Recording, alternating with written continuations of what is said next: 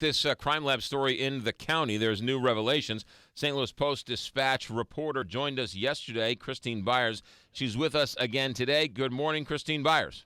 Good morning, McGraw. We talked to you yesterday about all sorts of things. And you posted a story yesterday online, and it's more detailed this morning at STLTODAY.com and as well on the front page of the newspaper with some of your colleagues. This is the first time Charlie Dooley's spoken since this story broke, correct? That is correct. What did he say?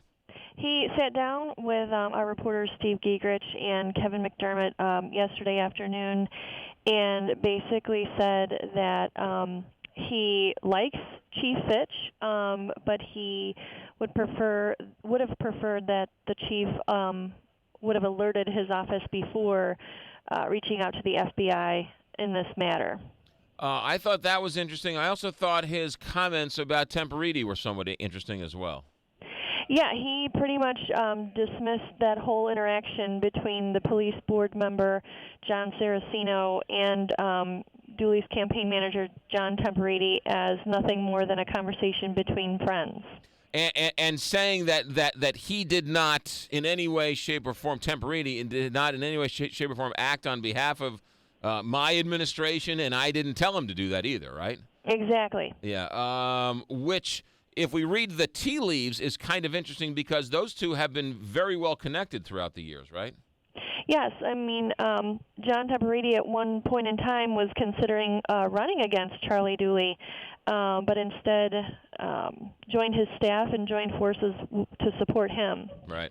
All right, and Greg Quinn, council member Greg Quinn, has decided to call for an investigation?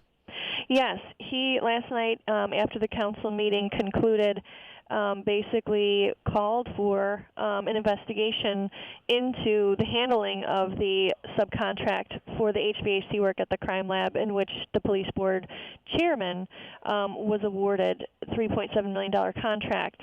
So basically, the charter allows the council to conduct investigations and actually gives them subpoena power. He says that this is a clear violation of the county charter. What does he mean by that? It's his interpretation of the county charter, of which there's a provision in there discussing conflict of interest, and he believes that the awarding of the subcontract, even though it wasn't done directly by the county, it was done through the general contractor that the county hired. He still believes that is a violation of the county charter, and he believes the language is very clear, which goes against, of course, what the county councilor, Pat Reddington, has said, and in her interpretation is that the sort of one step remove there between the general contractor and the subcontractor means that the county was following the charter. Right. How long will this investigation take, and what's the next step to get this investigation going? Those are very good questions, something we're obviously going to be following up on today to see what the process and procedure is here. But I imagine just like any investigation, it could take weeks, months even, to get all the players involved, lined up, and subpoena whatever it is that they want to subpoena. I'm not sure how they're going to go about even requesting the subpoenas. Does the council now get involved with a circuit judge in the process? So there are so many questions that need to be followed up on at this point as far as the mechanics of the investigation. It's a great point because they're asking for an investigation of the head of the police board. Right, exactly. And also, I mean, the county councilor has made her opinion clear that this is not a violation of the county charter. So do they rely on her to help them issue these subpoenas and get these subpoenas together and apply for them or not? Right. With all the people talking, Christine Byers of the STLToday.com and the hometown newspaper St. Louis Post-Dispatch, it seems like the NAACP has two different opinions on this as well. Absolutely. The city's chapter, the president, Adolphus Pruitt, called me yesterday morning to express his frustration and outrage in what he believes is unfair coverage of a minority leader in the community, and that his ability to be reelected is being impeded. and that he's being unfairly targeted because of the color of his skin. Charlie Dooley, of course, is black. And then you have the county chapter of the NAACP, who was basically saying, mind your own business, city chapter. We're handling county issues just fine out here, and if we get calls from members expressing concerns similar to this, we will handle them. And so far, we haven't had any calls. And then they went even a step further to say that they are supportive of Chief Fitch and the county police department's pursuit of this investigation. Yeah.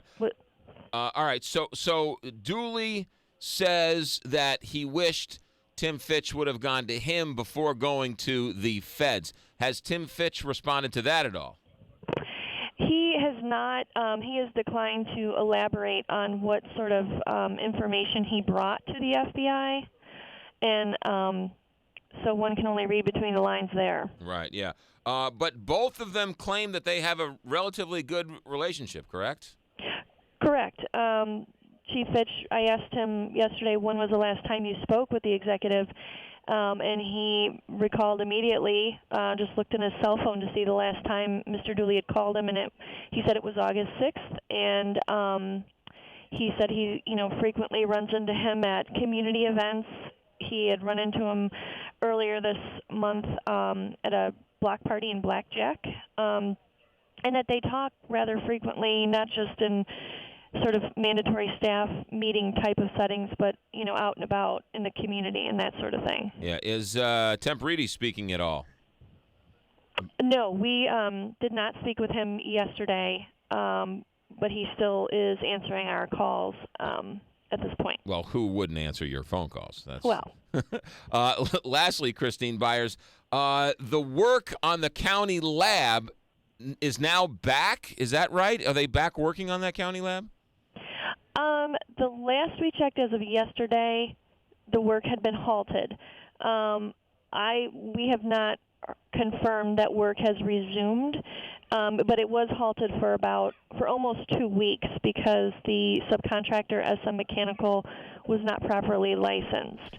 So the work was halted. All right. But we have not confirmed, at least to my knowledge, that it's back up and running. That it's back up and running today. Gotcha. Christine Byers, I'm sure more throughout the days and weeks. We will follow closely, and thank you for your great work and continued good work on this important topic.